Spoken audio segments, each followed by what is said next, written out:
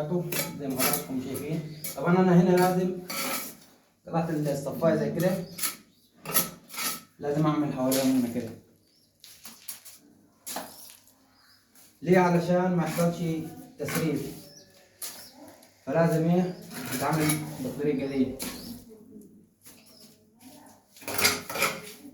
زي كده اهو. كده لما انا احط المونة كده واجي احط مونة بلاط عليها كده ما يحصلش تسريب خالص نهائيا. لكن اي حاجة غير كده تاني لازم يحصل فيها تسريب. الطريقة دي مستحيل يحصل فيها تسريب.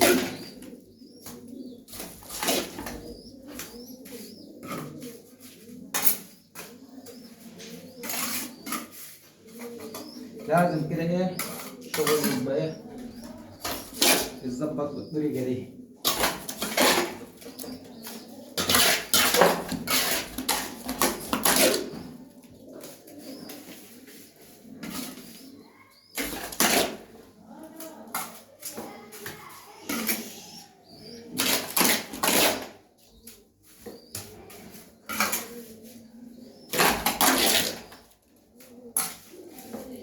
طبعا اليمين كله بتاع الحمام او المطبخ لازم يبقى ايه على الصفاية.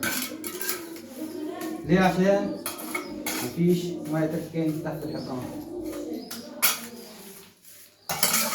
لازم برضه ايه ندي البلاطة شوية مية زي كده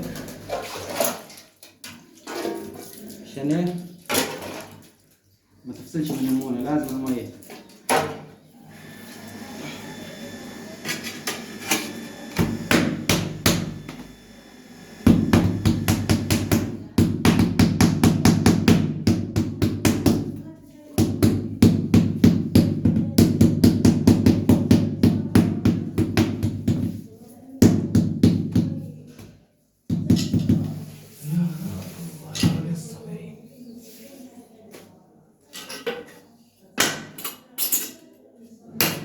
على البتاع اتأكد ظبط مونتك كويس.